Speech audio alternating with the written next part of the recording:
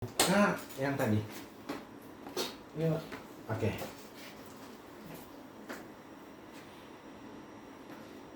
Tunggu ya. Nanti kalau sudah apa dimatikan. Oke. Nah, di sini udah. Sudah. Di sini diagram kerjanya ya secara keseluruhan dalam bentuk kalimat juga ada pada PowerPoint, nanti bisa dibaca. Nah, ada labu kedal namanya ya. Tulisannya kejeldal ya, ini salah juga, tapi nggak apa-apa lah. Ini dikasih sampel 10 ml kalau bentuknya cair. Kalau bentuknya padat, kita bisa menggunakannya sampelnya 2 gram. Ya, jadi kalau kita lihat di sini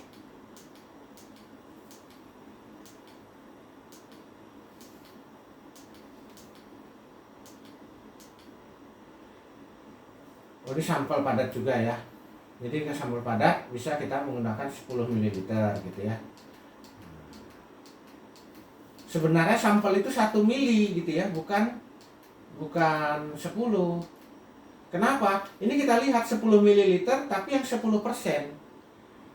Sama kan dengan 1 mili kan? Ya. Nah, tapi kalau kita langsung mengambil 1 mili, nanti kesalahan akan lebih besar. Jadi kita memperkecil kesalahan dengan cara seperti ini. Kita encerkan 10%. Jadi kalau ada susu umpamanya 10 mili, dilarutkan jadi 100 atau jadi 100 mili, kita ambil 10 milinya. Gitu kira-kira. Kemudian kita tambahkan asam sulfat pekat 10 mili. Ingat, asam sulfat itu normalitasnya 36. 36 normal. Kita kasih selenium 2 gram. Ini selenium campur. Ya. Nah, nanti bisa dicatat ya bahwa selenium ada beberapa buku mengatakan diganti dengan CuSO4.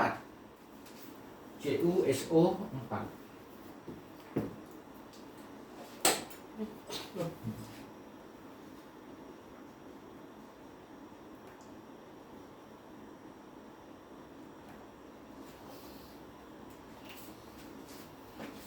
Oke. Jadi cuma kendalanya di CuSO4 ini karena dia higroskopis atau penyerap air, kadang-kadang destruksi belum selesai, dia sudah menyerap air. Dia udah diserap semua cairan, jadi sehingga kering. Nah, itu yang menjadi masalah ketika kita menggunakan katalisnya CuSO4. Fungsinya untuk apa di sini? Untuk menaikkan titik didih. Untuk apa dinaikkan titik didih? Nah, kita lihat di sini ya. Dia ini ketika didestruksi nanti suhunya antara ya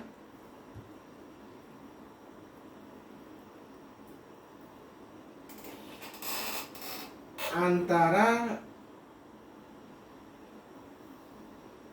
375 sampai 450 derajat Celcius. Suhunya tinggi. Nah, terus apa fungsinya ini? Untuk dinaikkan titik didih. Supaya apa? Mendidihnya sampai di suhu ini. Kenapa kalau nggak dinaikkan? Kalau nggak dinaikkan dia nanti muncrat.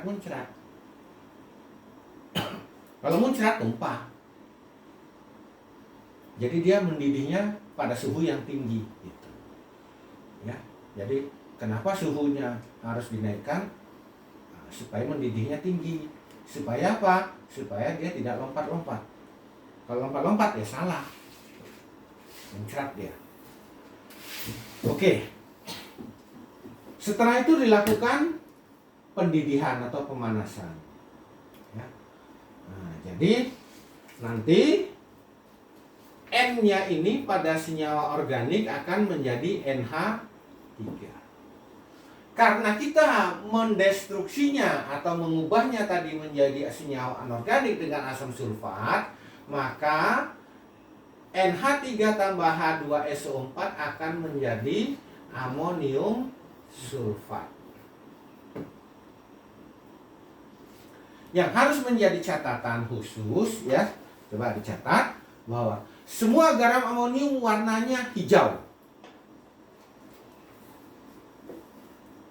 semua garam amonium warnanya hijau kecuali amonium klorida.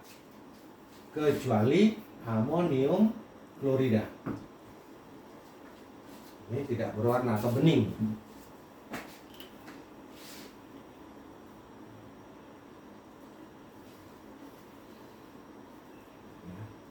Jadi semua garam amonium warnanya hijau. Jadi destruksi itu nanti tentu sampai menghasilkan warna hijau. Kalau ada warna hitam itu berarti masih dalam ada banyak karbon-karbon. Karena hidrokarbonnya banyak, warna hitam itu karbon. Jadi kalau Anda bakar kayu, hitam itu karbon. Batu bara itu karbon.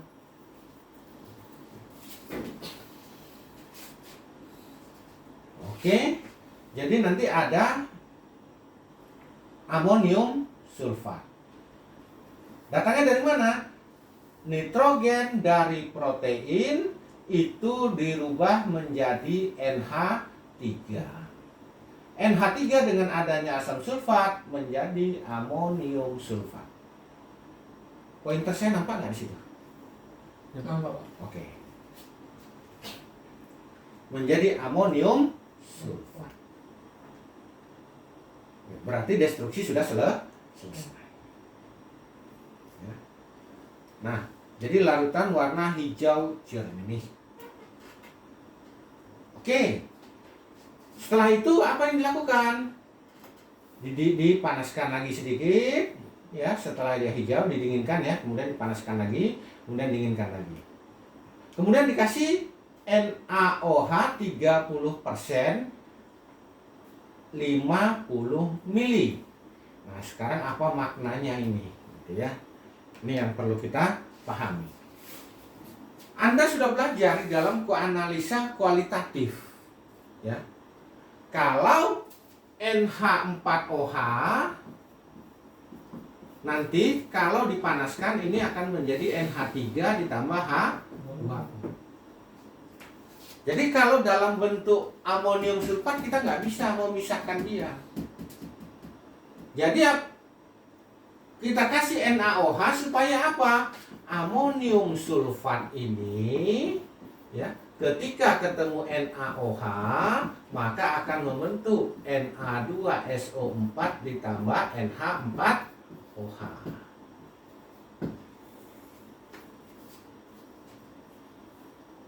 Tambah NH4OH.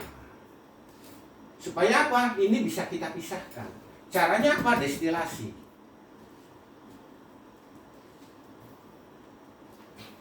Ya, mati dulu.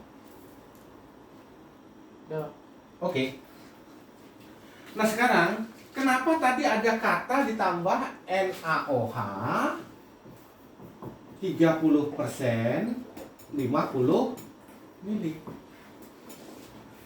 Tadi kan harus dalam bentuk NH4OH.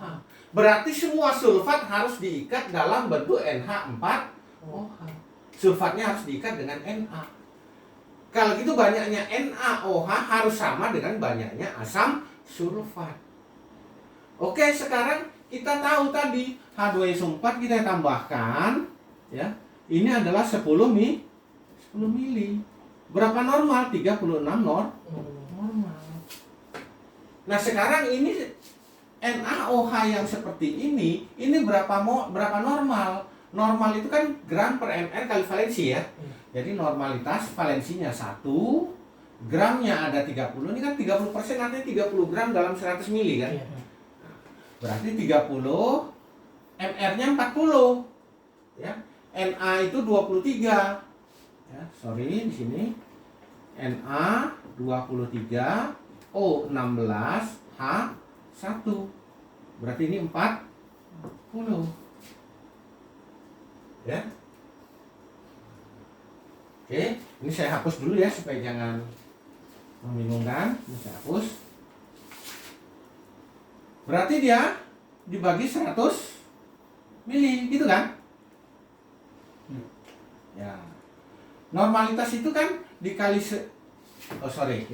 Ini bukan MR. Tapi ini MR ya, 40 ya. 40 kali 1000 per volume. Volumenya 100 mili. 100 mili. Nah. Ya. Ini ke sini 0,75 ya. Ini 10 kan? Iya. Ya. Berarti ini 7,5 norm.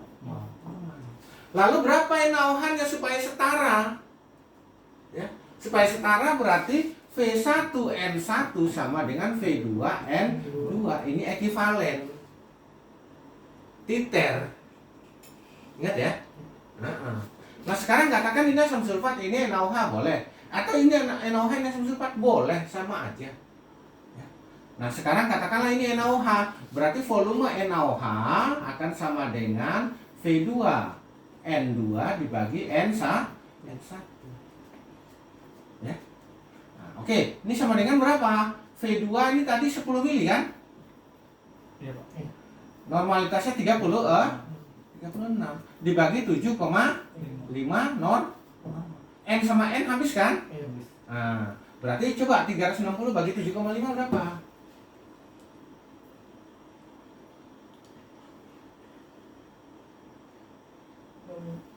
Bak 48, Pak. Iya, 48 ya. 48, berapa? 48 pas.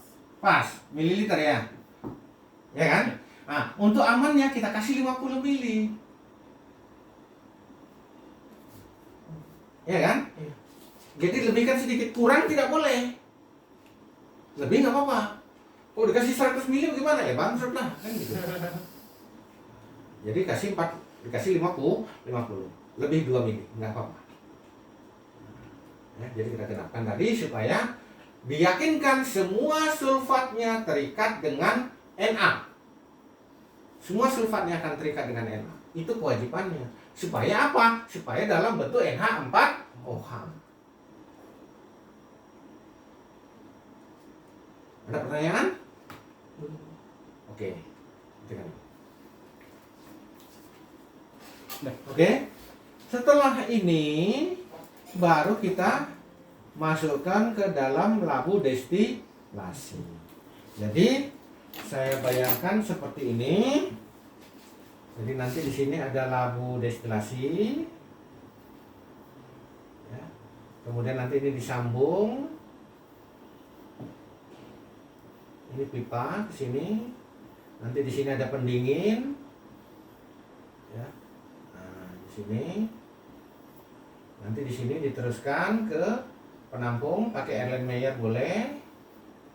Ya. Nanti isinya di sini adalah asam borat 3%. Indikator 2 tetes. Indikator mix. Indikator campur. Jadi ini ada yang menyebut buku namanya indikator Tassiro karena yang menemukan si Tassiro. Ya. Ada yang bilang indikator campur karena campuran methyl red, methyl blue. 2:1. Tapi bukan berarti dicampur dulu baru dilarutkan, tidak ya. Dibuat dulu masing-masing baru dicampur. Jadi itu kadang-kadang kita salah. Oke. Indikator campur di sini warnanya ungu ya. Jadi di sini asam borat ini warnanya ungu. Ini tadi warnanya apa? Hijau ya. Iya. Nah, macam-macam di sini, tapi nanti di sini ada NH4. Ketika ini dipanaskan, maka menguap, lepas NH. Yang lain tinggal kan? Karena kita nggak butuh yang lain, kita hanya butuh NH3. Kita hanya butuh NH3. Kita destilasi sampai bebas basa. Basa yang dimasuk di sini adalah NH3. Gimana cara melihatnya? Ya di sini nanti kita bisa buka. Kan ini sambungannya pakai pakai Erlenmeyer aja. Di sini pakai plastik. Jadi jebol plastiknya, masukkan selangnya. Gitu kan? Jadi dicek aja pakai lamus merah. Lamus biru. Kalau dia jadi merah berarti terbalik ya. Nah, lamus merah kasih, kalau itu jadi biru berarti masih ada NH. Tapi biasanya kalau kita mendestilasi setengah jam biasa sudah bersih. Merah lagi. Itu berarti sampai bebas basah. Ketika dia ke sini, maka nanti menjadi NH3 ditambah H3BO3 nanti akan menjadi amonium borat. Indikatornya lepas kan? Tadi kan indikator sama asam borat. Sekarang lepas kan? Ketika lepas berarti warna birunya hilang kan? Ini nanti menjadi warna hijau. Kan garam amonium. Warna hijau. Ya. Nah, oke. Jadi nanti ketika didestilasi sampai nanti warnanya hijau. Waktunya kira-kira setengah jam. Ya. Oke, silakan dicatat. Itu dimatikan dulu.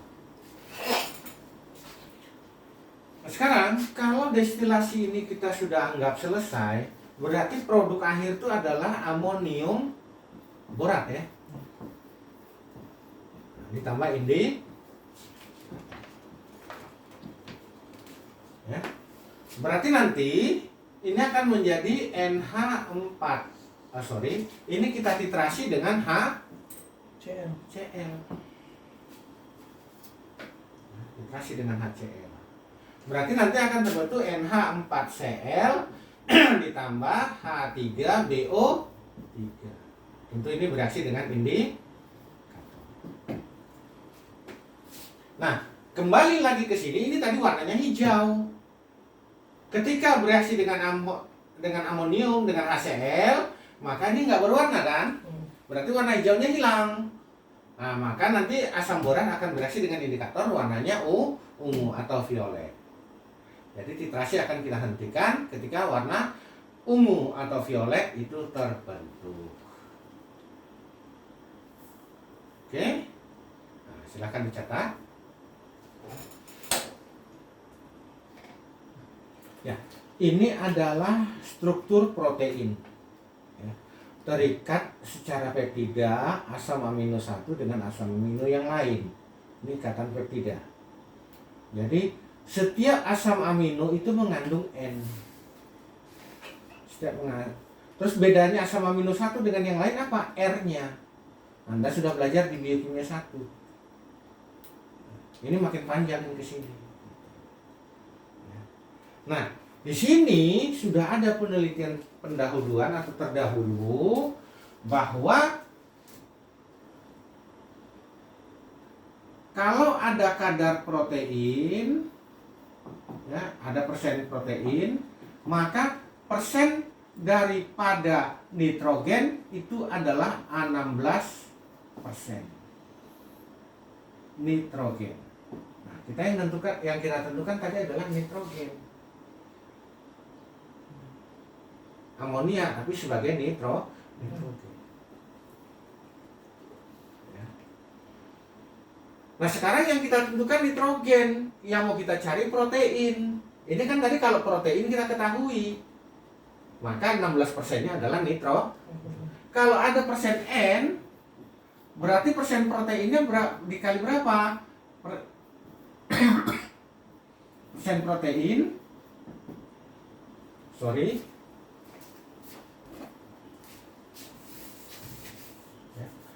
Tadi ini maksudnya panah ya, tanda panah.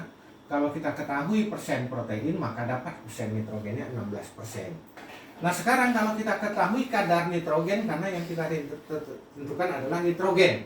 Berapa proteinnya? Nah, kalau persen protein yang mau kita cari, ya, karena nitrogen itu 16%, berarti di sini adalah persen N dikali 100 per 6. Ini besarnya adalah 6,25. Maka nanti ada faktor konversi dibilang 6,25. Ya, secara umum, tapi ada juga nanti yang 6,37, 6,3 berapa gitu ya, 35 gitu, tergantung daripada sampelnya. Tapi kalau nggak ada dalam tabel, maka dia harus pakai yang umum 6,25 ya. Nah, ini yang menjadi ukuran. Jadi kalau umpamanya faktor koreksinya 5,75 ya, itu berapa berarti? Ya, ini 6,25 itu kan karena 100/16 itu sama dengan 6,25 gitu kan? Kalau dia 5,75, ya ini tinggal dikasih aja X. Berarti X sama dengan, ini adalah 100/5,75. Ya sekian persen dia, itu aja. Ini kan karena dia 16 tadi kan? Gitu ya. Jadi kalau nanti berapapun dia di tabel itu, nanti saya kasih tabelnya ya di buku Selamat Sudah Maji atau nanti di buku Tasio Osio ya, buku Jepang, handbooknya, boleh sama saja. Jadi ini masalah faktor koreksi. Ya. Nah yang di sini sudah ya, saya hapus ya. Ini saya hapus. Normalitas itu adalah valensi kali gram per mr dikali 1000 per V ya. Per V ini dalam mililiter ya. Nah sekarang kalau kita mau mencari gram, berarti gram itu adalah normalitas dikali mr dikali V dalam mililiter ya, dibagi valensi kali 1000. Kan gitu kan? Tapi ini gramnya adalah gram nitrogen. Kan kita tadi menentukan nitrogen. Gitu kan? Jadi persen. Katakan ini gramnya gram nitrogen. Kalau gitu persennya persen N kan gitu ya? Persen N berarti normalitas dikali mr dikali V dalam mililiter dibagi valensi kali 1000. Berarti ini dikali 100%. Kalau cerita persen kan? Iya. Nah, kalau cerita persen protein bagaimana? Berarti persen protein. Berarti ini normalitas. Ini kita turun dulu ya supaya jelas. Persen N dikali mr dikali V dalam mililiter dibagi valensi ya kali 1000 ya dikali 100 ini ya 100% gini kan dikali F kan faktor koreksi kan karena kita tadi tahu kadar nitrogen mencari kadar protein dikali faktor koreksi. Kalau dia umum maka 6,25 ya. Jadi seperti ini. Oh kita dapatkan umpamanya sampel kita ambil contoh ya. Sampel yang kita timbang tadi 2,0381 gram pada daging ikan ya. Normalitas HCl tadi kita gunakan 0,1037. Nah, kemudian volume titrasi ini sama dengan 3,04 ml. Nggak ada ya, 3,04 ya, salah ya. Katakan 3,20 ml. Ini ya. Ya tinggal kita masukkan saja. Berarti persen N sama dengan persen protein ya. Protein ini adalah normalitas tadi berapa? 0,1037. MR-nya 14 ya, 0,007 ya. Nitrogen kan 14 kan? Oke. V-nya berapa tadi? 3,2. Ini kan? Nah, dikali 100 dikali 6,25 dibagi valensi 1 ya. Iya. Nah, dikali 1000. Ya, silakan dihitung berapa?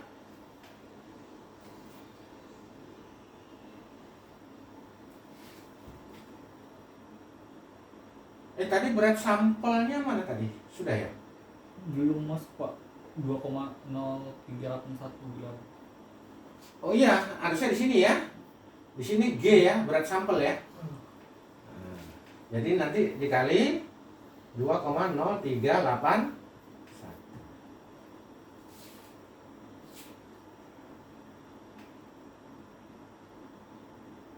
Ini persen N ini juga sudah di sini harus ada G ya.